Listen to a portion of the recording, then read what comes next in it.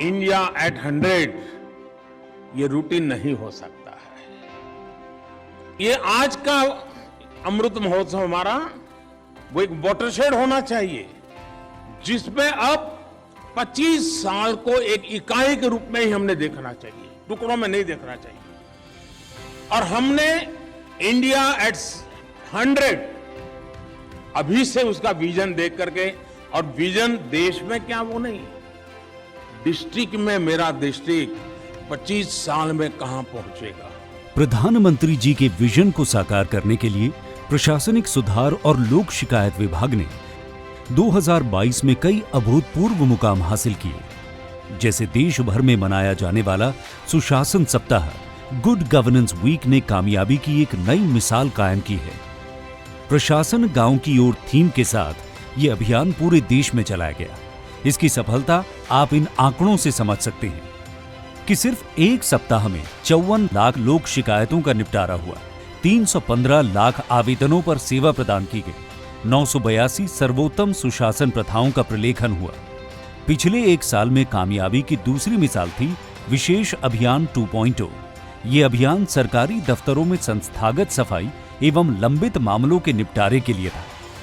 2 से 31 अक्टूबर 2022 के बीच इस अभियान में केंद्र सरकार के 1 लाख से ज्यादा दफ्तरों और विदेशों में भारतीय दूतावासों ने हिस्सा लिया। इस दौरान दफ्तरों की 89 लाख वर्ग फीट जगह खाली की गई। इन जगहों से जो रद्दी चीजें हटाई गईं, उनसे 371 करोड़ से ज्यादा का राजस्व प्राप्त हुआ।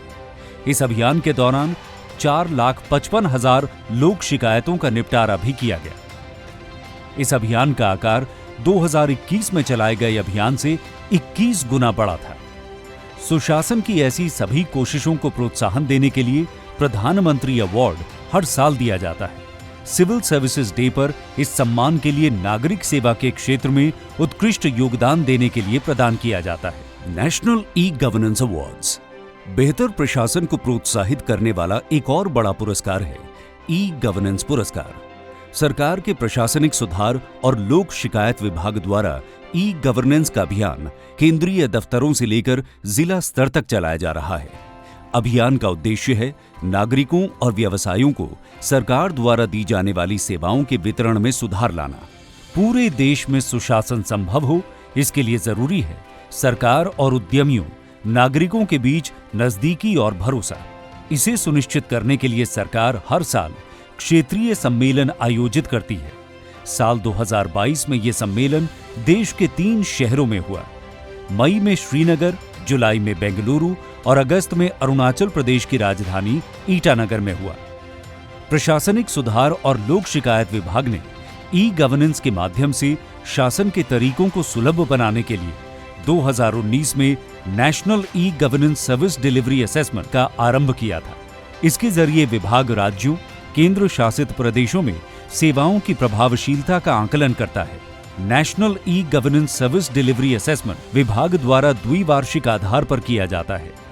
गुड गवर्नेंस इंडेक्स देश में सुशासन कायम करने के लिए जितने भी प्रयास हो रहे हैं, उसे आंकने का एक पारदर्शी माध्यम है गुड गवर्नेंस इंडेक्स यानी सुशासन सूचकांक। इसकी पहली रिपोर्ट सरकार ने 22 जनवरी 2022 को जारी की थी, जिसमें जम्मू कश्मीर के 10 सुशासन क्षेत्रों और 58 जिलों में बेहतर शासन का ब्यौरा था।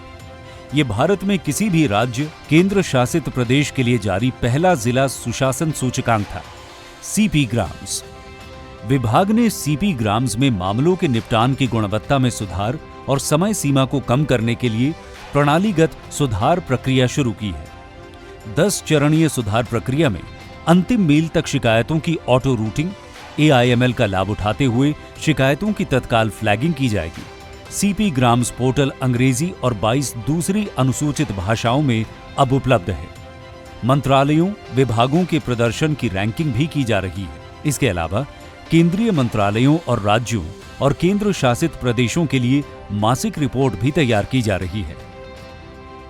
ई ऑफिस संस्करण 7.0 में माइग्रेशन सभी 77 मंत्रालयों, विभागों ने ई ऑफिस के संस्करण 7.0 में काम करना शुरू कर दिया।